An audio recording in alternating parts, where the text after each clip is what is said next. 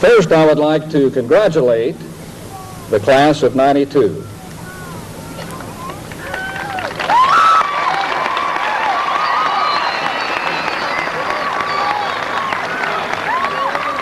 For you and your parents and your teachers, tonight is a time of joy and celebration, and I am glad to have the opportunity to share that with you this evening.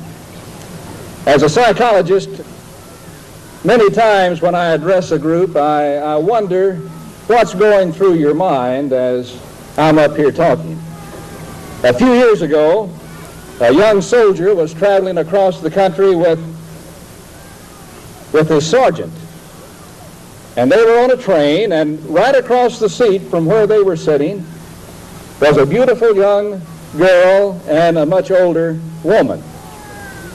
And going through the mind, well, they went through a tunnel. And all of a sudden you heard a rather loud kiss, and then a much louder slap. Now, going through the mind of the old woman was, isn't that just like a young soldier seizing the opportunity and kissing my beautiful young niece? Now, going through the mind of the young niece was, isn't that just like a young soldier seizing the opportunity of the moment? But why did he kiss my aunt? Now, going through the mind of the soldier, of the old sergeant, was, isn't that just like a young soldier seizing the opportunity of the moment? But why did I get slapped? Now, going through the mind of the young soldier was, aren't I brilliant? Seizing the opportunity of the moment to kiss the back of my hand and then slapping my old sergeant. So I have no idea what's going through your mind this evening, but probably you're thinking, is this going to be another one of those old long-winded speeches by some stuffy old college president?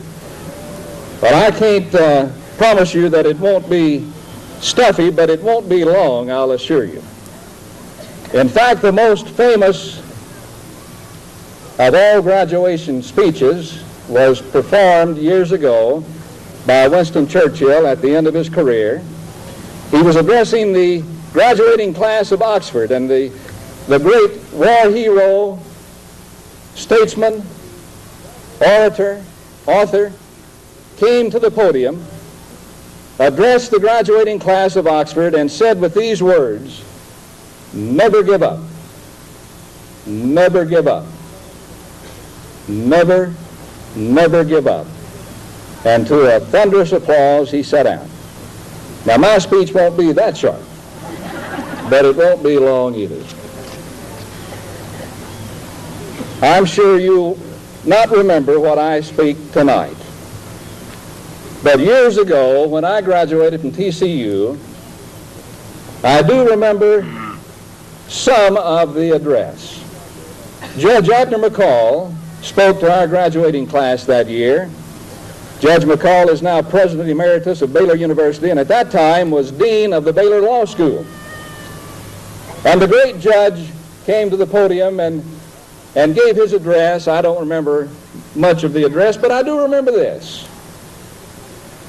He said, when you stand before the judgment throne of God, there'll only be one question asked.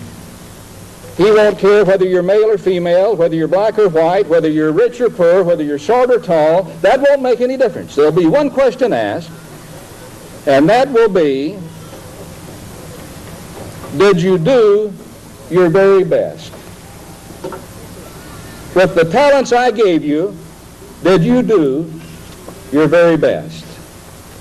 Some years ago, Winston Lloyd, who later became one of our top foreign policy experts, was an aide at that time for Henry Kissinger. One day he brought to Kissinger a long-awaited report on conflicts in South America. Kissinger, without looking at the report, looked at Lloyd and said, "Is this the very best you can do?" And Lloyd said, well, there are a few informational gaps. And Kissinger said, take it back and work on it some more. A couple of weeks passed, and Lloyd came back with the report. And again, Kissinger said, "Is this the very best you can do?" Lloyd hesitated and admitted that there were a few parts that were still incomplete, and Kissinger said, "Take it back." Another 2 weeks passed, and Lloyd again brought the report to Kissinger, and again Kissinger said, "Is this the very best you can do?" And without hesitating, Lloyd replied, "Mr. Secretary, this represents my very best effort." Kissinger said, "Good. Then I will read it, and that's all I ever ask of anyone." My first point then is to do your very best at all times. The second point is to do what's expected of you and then some. James Francis Burns, Secretary of State under Franklin Roosevelt, once said, "I discovered at a very early age that most of the difference between average people and great people can be explained in 3 words, and then some. The top people, you see, do what's expected of them, and then some. They were considerate and thoughtful of others, and then some. They met their obligations and responsibilities fairly and squarely, and then some.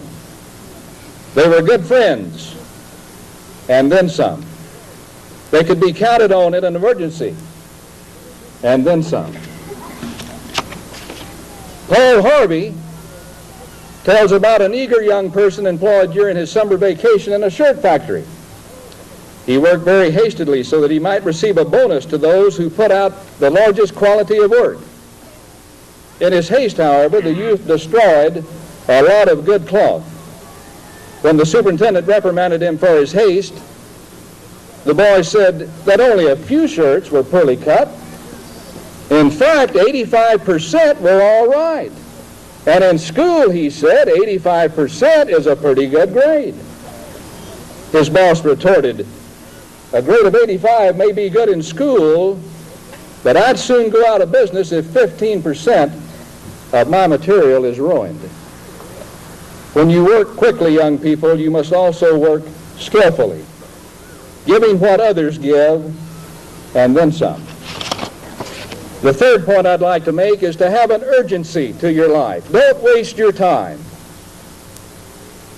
A few years back, I was governor of a large Lions district. In New Orleans, when I